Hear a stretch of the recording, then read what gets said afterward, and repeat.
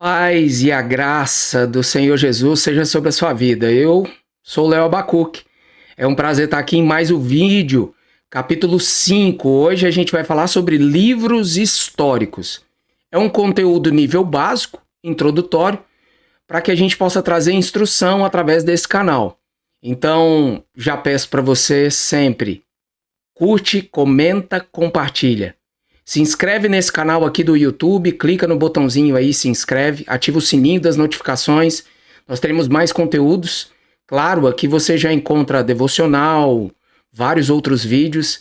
E também me segue lá no Insta, @leoabacuque. Vamos continuar essa interatividade por lá. Beleza? Então, me acompanhe aí nesse vídeo, que hoje a gente vai falar sobre esses livros aí, ó. Todos esses 12 livros aí, que fazem, que juntos eles formam os livros históricos aí do Antigo Testamento, beleza? Então vamos lá, vamos junto. A título de introdução, os livros históricos eles são compostos por 12 livros, que eles têm a função primordial de retratar a história de Israel. De quanto a quanto, desde ali da entrada até a terra prometida, até a conquista em Canaã. Ele vai cobrir um período aí de mais de 1000 anos, ele vai iniciar com a morte de Moisés ali no finalzinho de Deuteronômio, e aí a entrada do novo líder, que é Josué, e termina com a volta do povo do exílio babilônico, reconstruindo os muros, reconstruindo o templo. Importante ressaltar que esses livros, eles estão sim em ordem cronológica, tá bom? Os livros históricos, eles formam a Bíblia que os discípulos de Jesus, que os apóstolos, que o próprio Jesus, que todos eles naquela época, eles tinham como acesso todos esses livros históricos. Quando você analisa os livros históricos e os olha com um panorama de análise, tentando entender um pouco mais sobre a história do povo de Israel, fica notório perceber que todos esses livros, eles vão mostrar experiências marcantes do povo de Deus com o próprio Deus e, claro, vai mostrar Deus moldando esse povo, Deus corrigindo esse povo e, claro, sempre o intuito é mostrar o amor de Deus ao seu povo. Livros históricos. Esses livros são divididos em duas seções distintas. A primeira são a história deuteronômica e o segundo é a história cronística. Falando a respeito da história deuteronômica, ela vai de Josué a Reis, tirando obviamente o livro de Ruth, que não deixa de ser importante, mas na frente eu vou falar a respeito do livro de Ruth. Você vai entender o quão importante ele é, inclusive, para nós no Novo Testamento. Por que existe, Léo, essa diferenciação, essa compilação? É simples.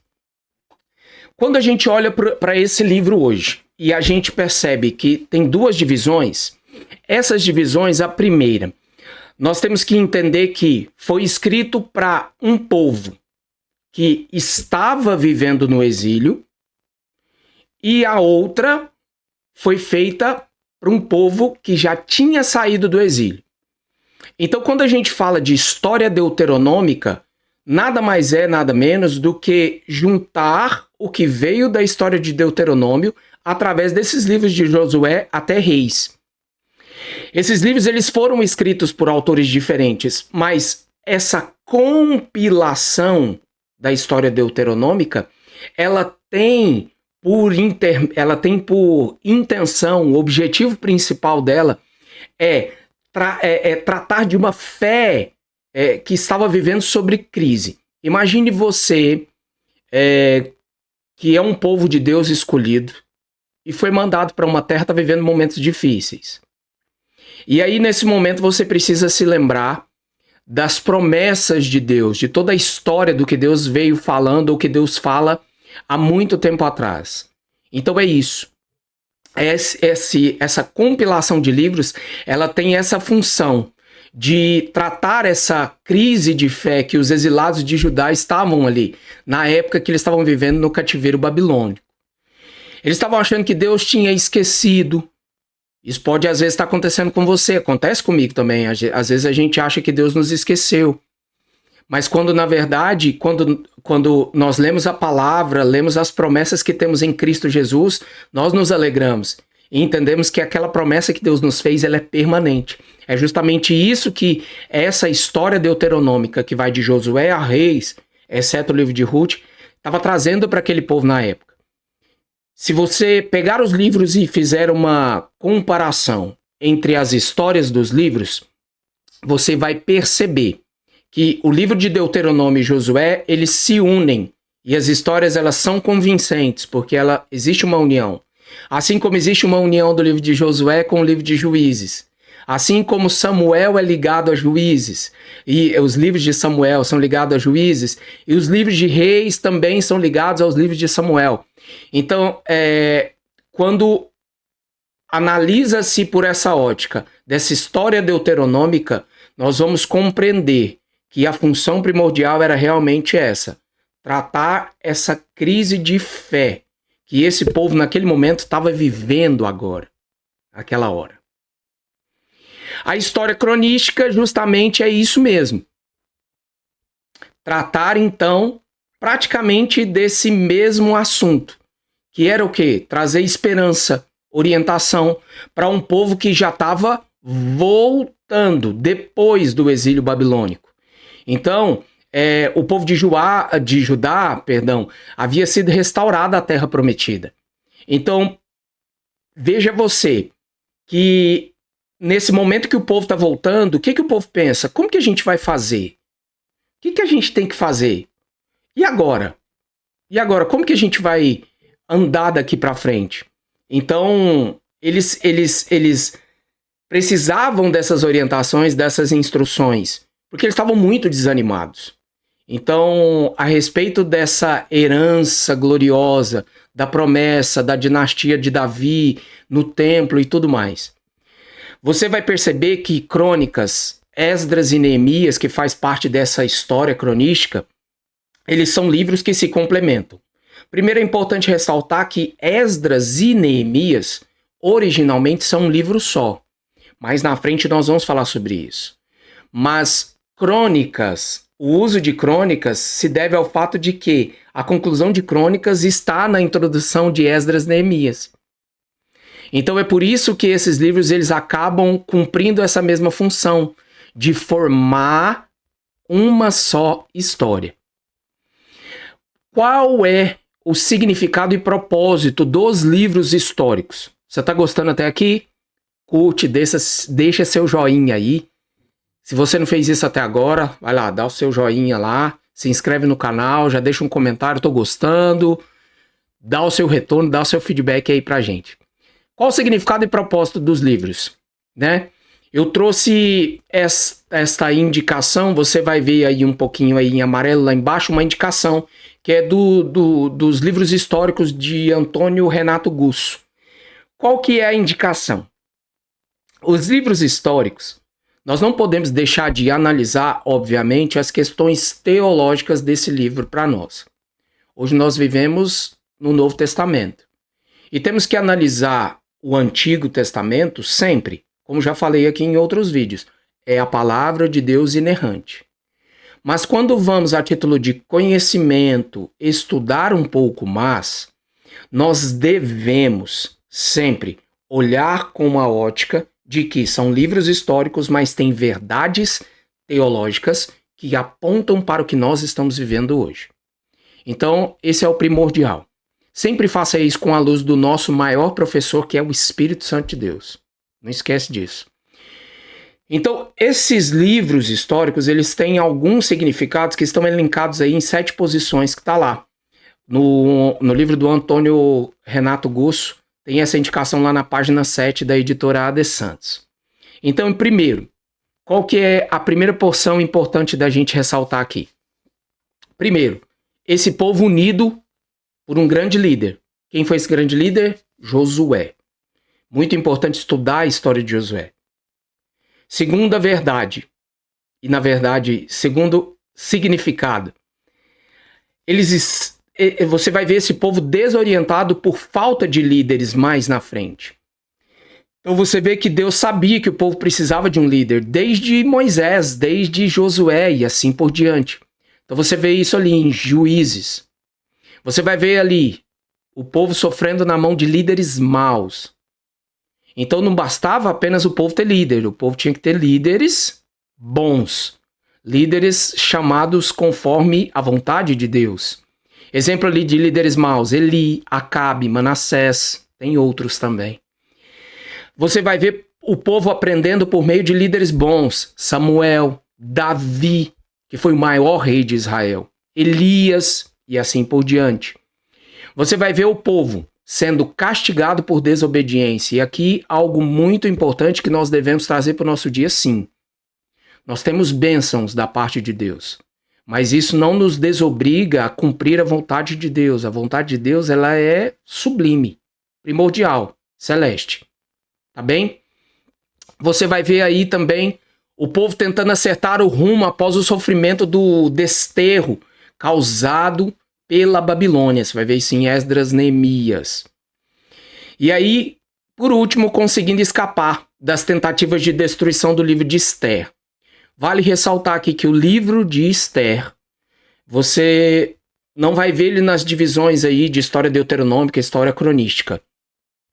Na verdade, você não vai ver nenhuma citação específica. Porém, o livro de Esther, ele é muito importante, até mesmo para o estabelecimento da festa do Purim, que é essa comemoração, nós vamos falar mais na frente, do livramento que esse povo recebeu da destruição. Livros históricos, essas duas coleções, é aquilo que eu já falei, são relatos históricos verídicos. É a Bíblia sendo a Bíblia, a palavra de Deus inerrante. Então, não pense você que são relatos históricos que foram escritos, inventados, para que o povo pudesse se alegrar. Não é a história da carochinha, é a verdade. É a história de um povo que foi escolhido por Deus. Deixei algumas citações aí, onde os próprios autores falam de suas fontes. E ressalto aqui que esses livros eles seguem uma ordem cronológica bem rigorosa. Então, analise os livros históricos não deixando um para trás. Entenda a similaridade aonde eles se unem e faça esse estudo quando você for ler para você mesmo, tá? Nunca deixe de lado as verdades evidentes teológicas que apresentam o Senhor, que apresentam Deus como naquela época, como o Deus salvador do seu povo, desde aquela época. Obviamente, o nosso Deus salvador, a nossa salvação está em Cristo Jesus hoje. Mas entenda as verdades teológicas por trás desse livro. Não apenas o veja como um acervo histórico, mas veja-o também como verdades teológicas. Deus se manifestando ao povo, cuidando, moldando, castigando também, porque Deus não tem culpado por inocente. Deus sabe, Deus nos conhece no coração. E Deus sabia do que aquele povo precisava. Conhecendo cada um desses livros históricos, você está gostando desse conteúdo? Curte, comenta, compartilha, deixa seu joinha aí. Vamos falar aí de conhecendo esses livros históricos. Vamos lá. Primeiro livro, o livro de Josué. Narra aí a conquista e a divisão da terra conquistada, aproximadamente aí em 1411 a.C. A autoria desse livro ela é desconhecida. O Talmud, que é o livro das tradições judaicas, ele afirma que Josué é o autor do livro. O livro ele tem 3 seções bem distintas. A primeira fala da conquista da terra, o segundo sobre a destruição da terra prometida e a terceira a lealdade à aliança na terra. Se nós pegarmos o livro e pudermos dar um assunto a esse livro, o assunto desse livro será: palavra alguma falhou de todas as boas palavras que o Senhor falara à casa de Israel. Tudo se cumpriu. Você vai ver isso aí escrito lá em Josué capítulo 21, verso 45. Qual é o propósito central do livro de Josué? Apresentar o cumprimento das promessas de Deus no dia de Josué. Ensinar gerações futuras de Israel de como eles deviam servir ao Senhor.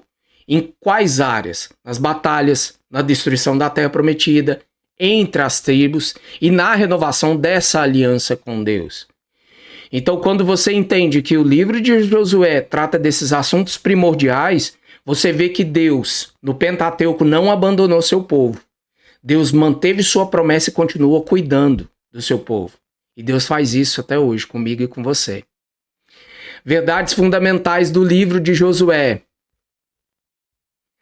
Por intermédio de Josué, Deus abençoou Israel. Por intermédio de Josué, Deus distribuiu a terra de um modo que deveria ser assim para o futuro. A renovação da aliança realizada nos dias de Josué, ela serve de modelo para a renovação das gerações futuras. Então veja, a importância de um líder. Isso é muito importante ver nesse livro, a importância de Josué. Josué andou lado a lado com Moisés. Josué esteve nos momentos assim cruciais da vida de Moisés. Analisa o livro de Deuteronômio que você vai ver. Analisa o Pentateuco que você vai ver isso.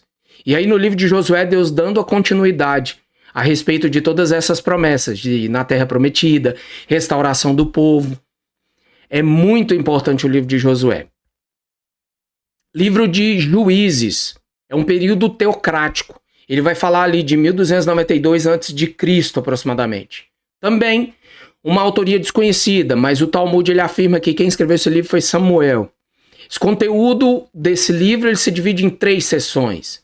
A primeira, a conquista incompleta. O ciclo dos juízes é a segunda e os erros dos levitas. São 4 palavras que são muito importantes, que determinam o que o livro de Juízes quer dizer. Pecado, servidão, tristeza, salvação.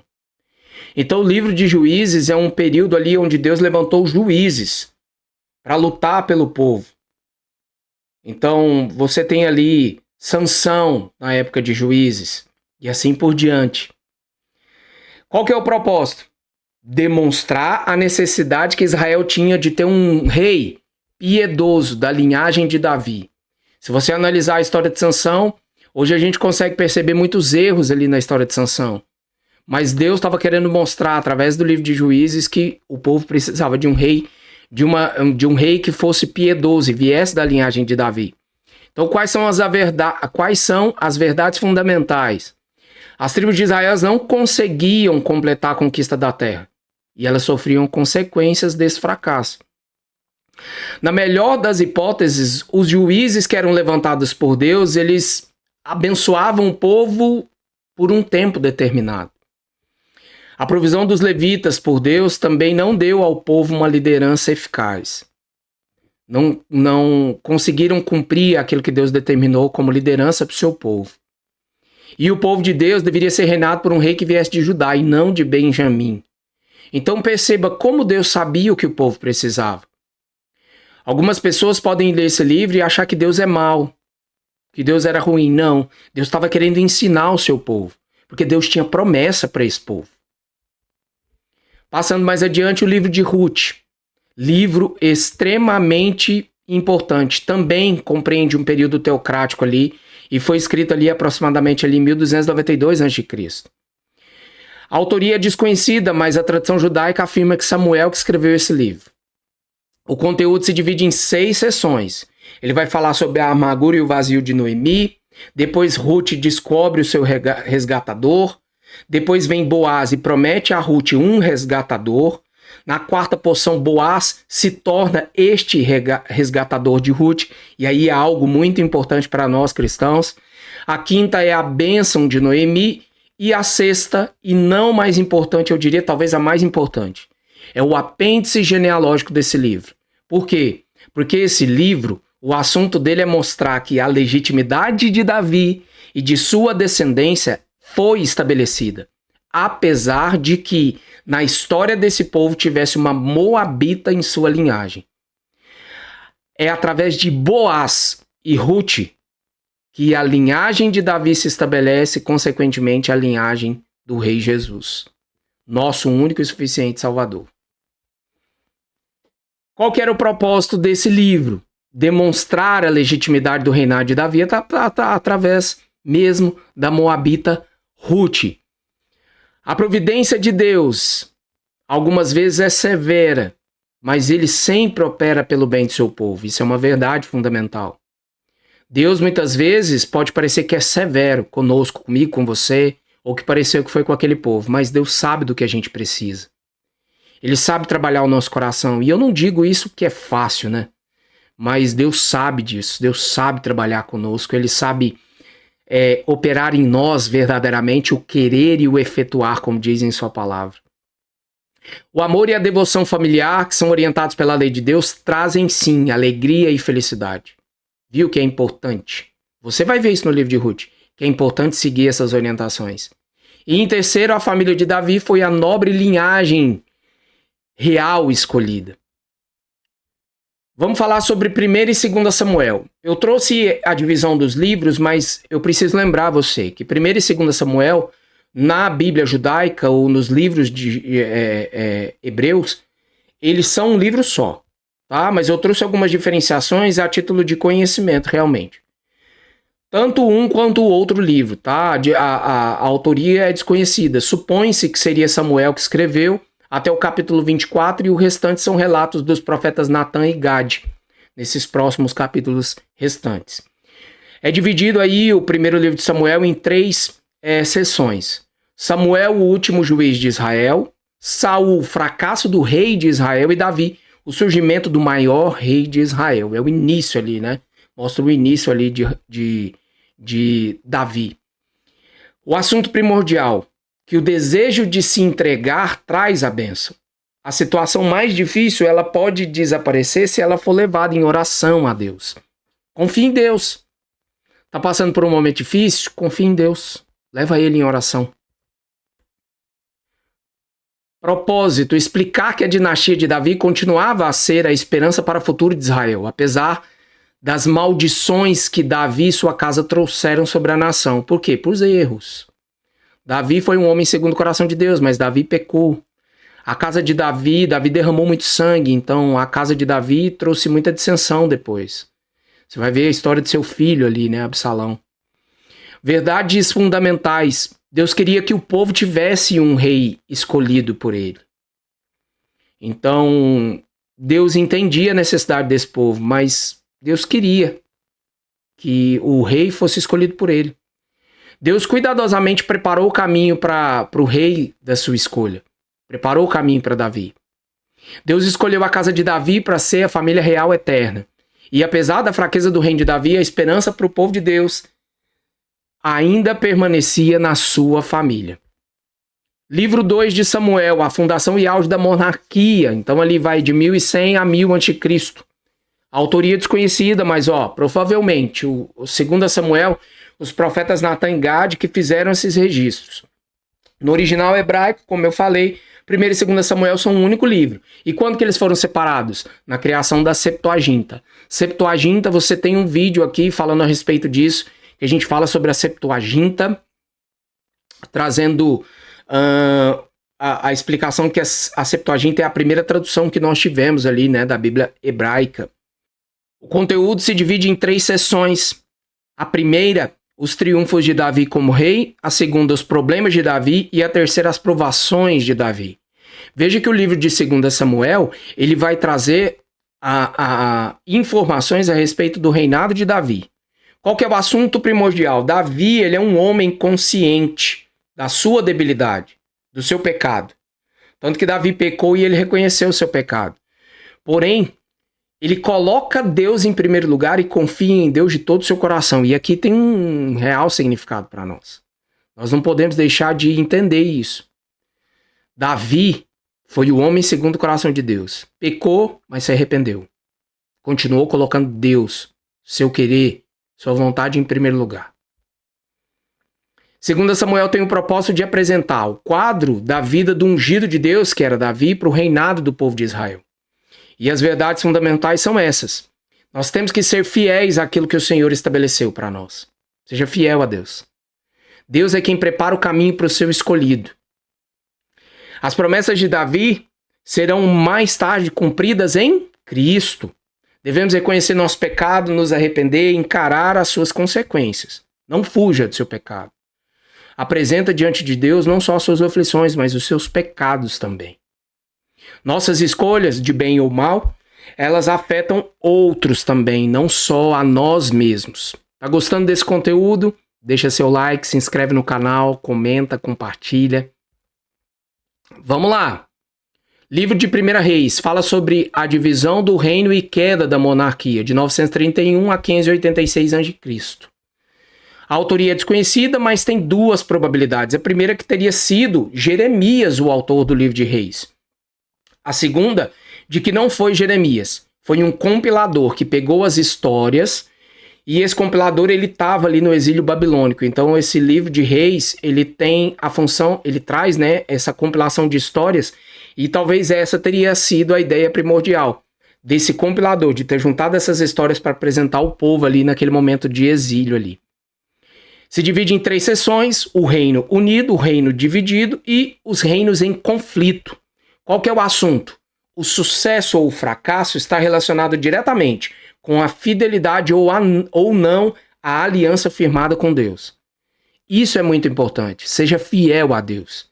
A aliança que você tem em Deus por meio de Cristo Jesus.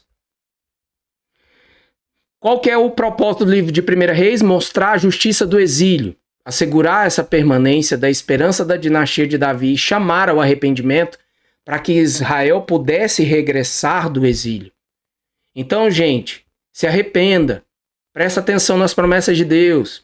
Quais são as verdades fundamentais? Apresentar, apesar da severidade do exílio de Israel e Judá, que a ira de Deus era plenamente justificada em vista da apostasia que toda vez se repetia. Era muito grave isso, o povo estava sempre se apostatando da fé, buscando outros deuses, se entregando às religiões de outros povos e abandonando a Deus.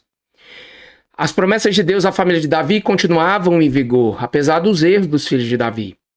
Deus conclamou seu povo exilado a se arrepender dos seus pecados. E é o que nós temos que fazer, mesmo hoje, diante de viver em Cristo Jesus. Nós temos que nos arrepender.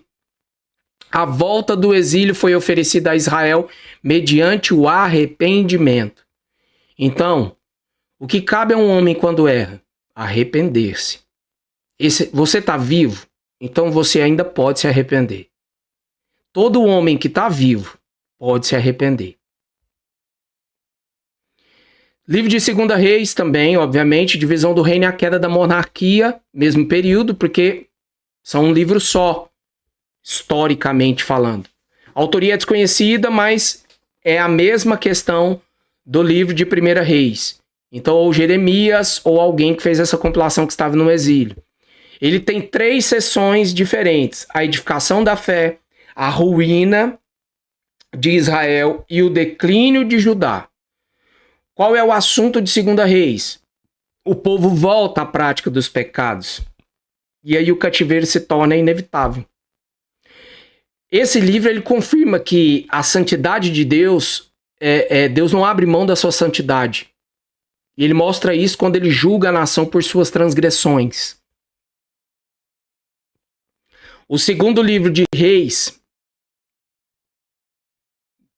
ele é uma continuação da história da queda de Judá e Israel, culminando no cativeiro dessas duas nações. Suas verdades fundamentais, a história do fracasso do rei e do povo, se repete em uma história de apostasia e idolatria. Mais uma vez, o povo idolatrando outros deuses, apostatando de Deus. Embora tenha sido um período profético de Israel, a mensagem dos profetas não foi ouvida. O povo não ouvia. O povo não se arrependia. E o povo não ouvia.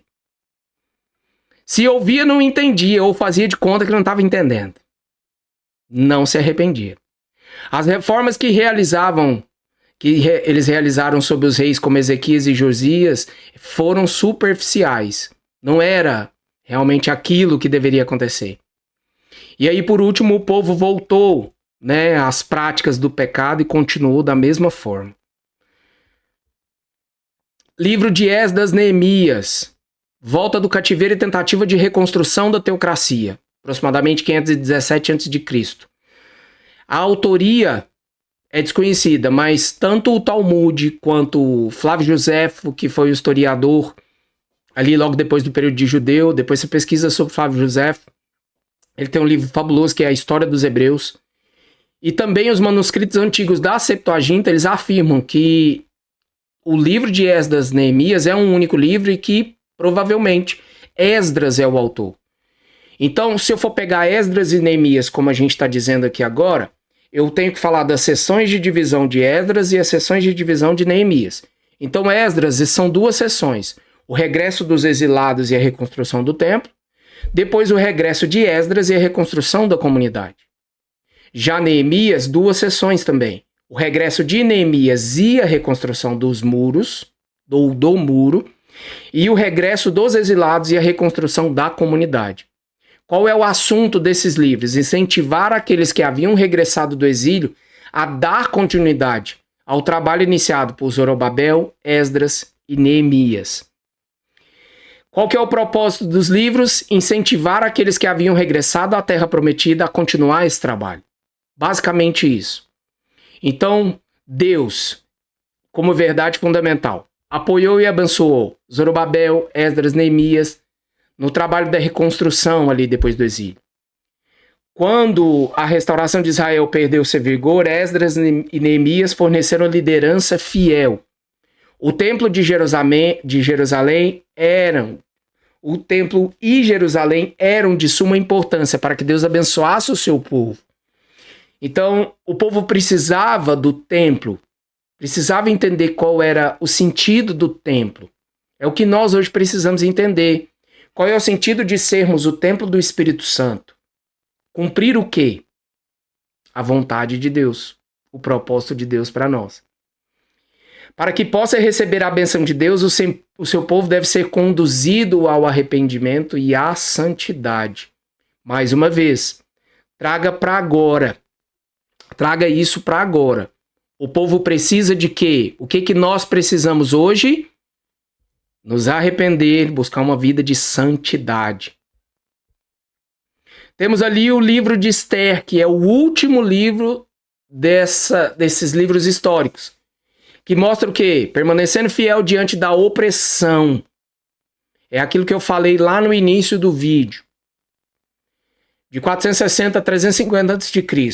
Ele vai estabelecer a festa do Purim. O que é a festa do Purim? Comemora-se o livramento que o povo de Deus recebeu da destruição. Quando você entende o livro de Esther, que é início, meio e fim, bem montado, apresentando a história do povo, Esther levantada, e Esther junto com Mordecai, trabalhando ali, entendendo a ameaça que vinha para o povo de Deus através de Amã. Então você vai ver que é algo assim fabuloso, o que Deus operou através do livro de Esther.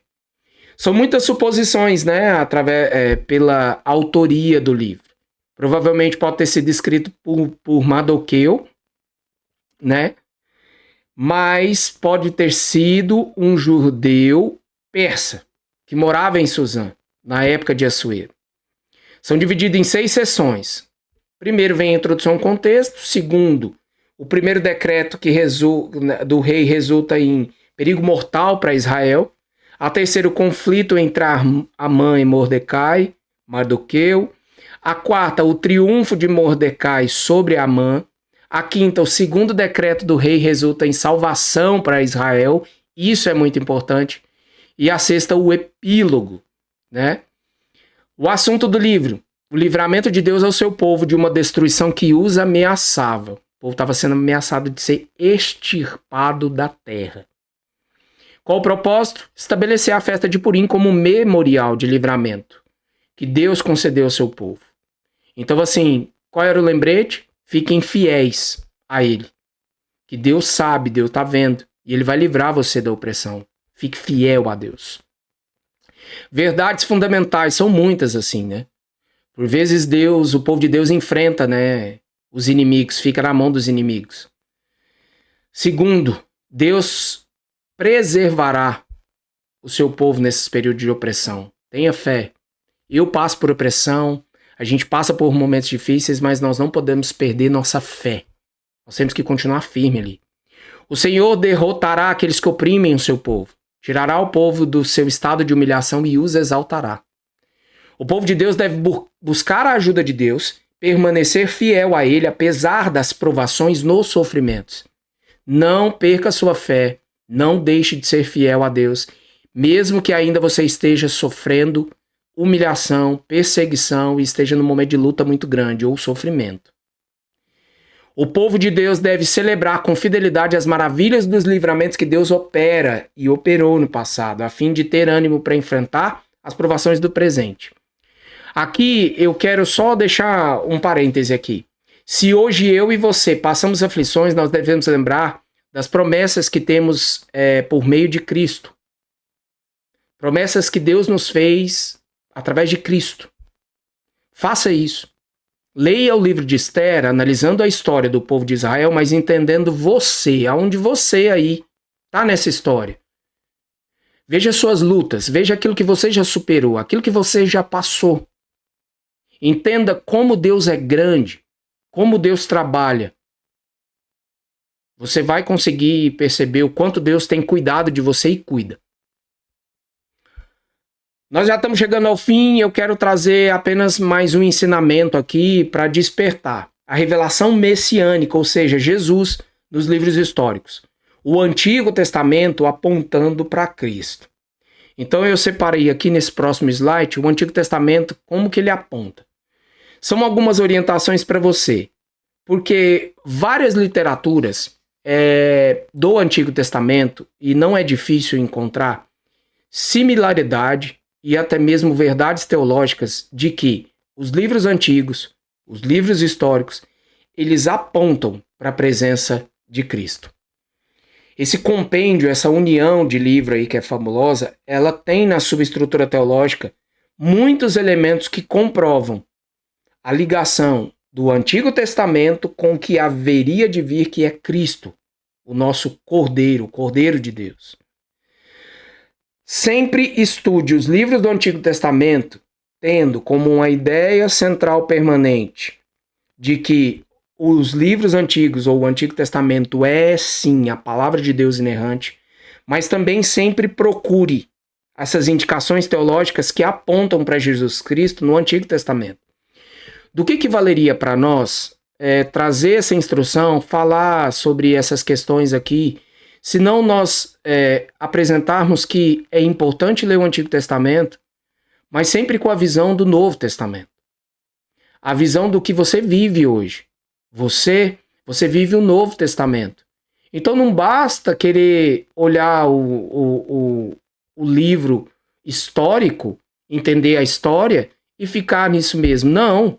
Você tem que olhar a história do passado e se alegrar com ela e entender que aquilo tudo tem uma verdade teológica que aponta para Cristo Jesus.